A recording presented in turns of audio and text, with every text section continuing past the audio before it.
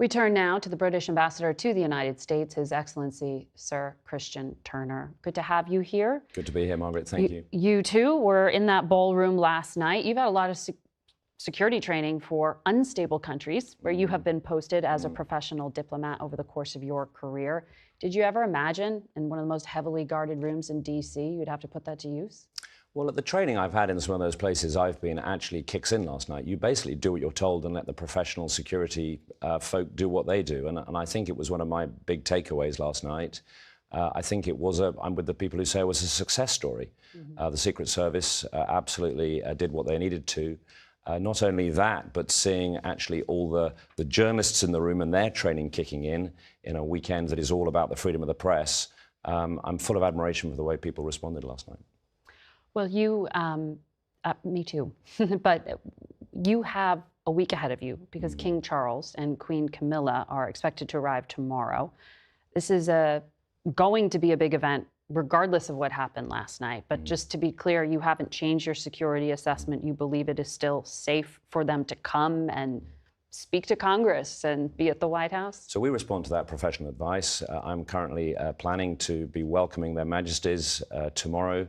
But of course, our team's been in touch way through the night and will be through the day to see whether the events of last night have any change in our operational planning. And I'm very confident that their Majesties will have the very best security throughout the visit.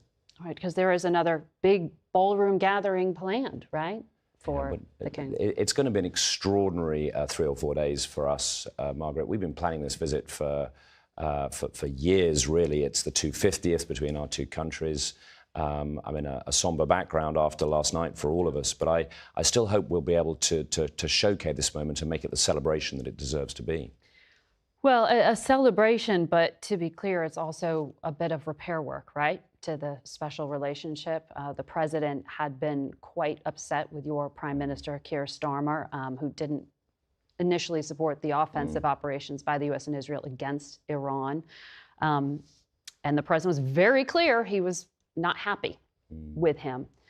He mocked him. He said he's no Winston Churchill. He said it was too late for the UK to even offer help. And then there was other tension about the UK as a NATO ally. How much repair work is this visit actually about?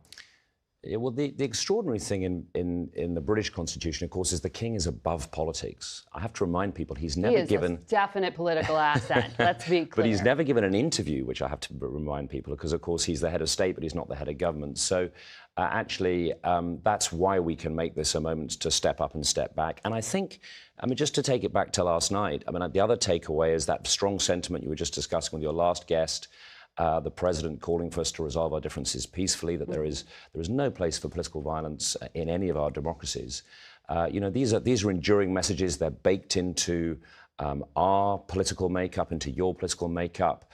That ability for us to look back, we had a small difference of opinion in 1776. We've been through that. We've come a very long way. And that, in a way, for me, is what is so enduring about this relationship. It's that we've had differences.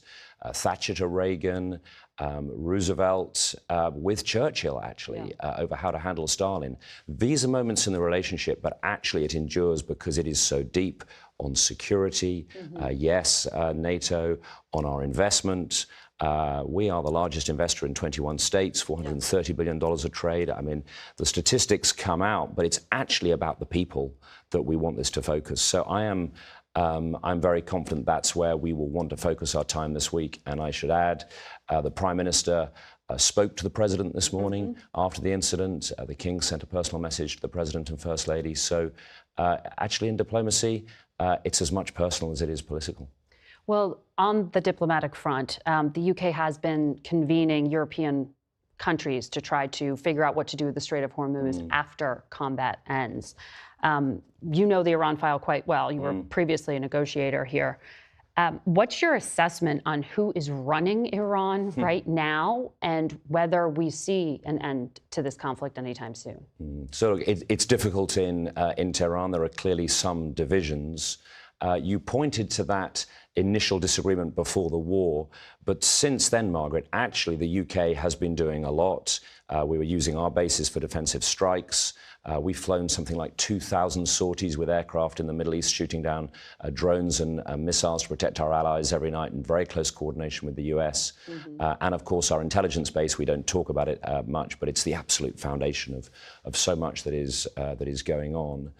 We share the same intent, the same policy as the US. We want to constrain this regime and its threat. We want the straits open again. So this coalition you refer to that President Macron has worked with my Prime Minister Keir Starmer on, what we want that to do, something like 50 countries coming together to work out. Secretary Hegseth called it silly. He said it was just a bunch of meetings. Yeah. Well, it is. What are you going to plan to do? It is planning, once the straits are open, to ensure that the navigation we need has got the assurance of a whole package of boats, of drones, of intelligence to be able to make sure that shipping goes through, because that's what American citizens need, that's what British citizens need, the people of Asia need. The global economy is suffering, and we want to see that resolved.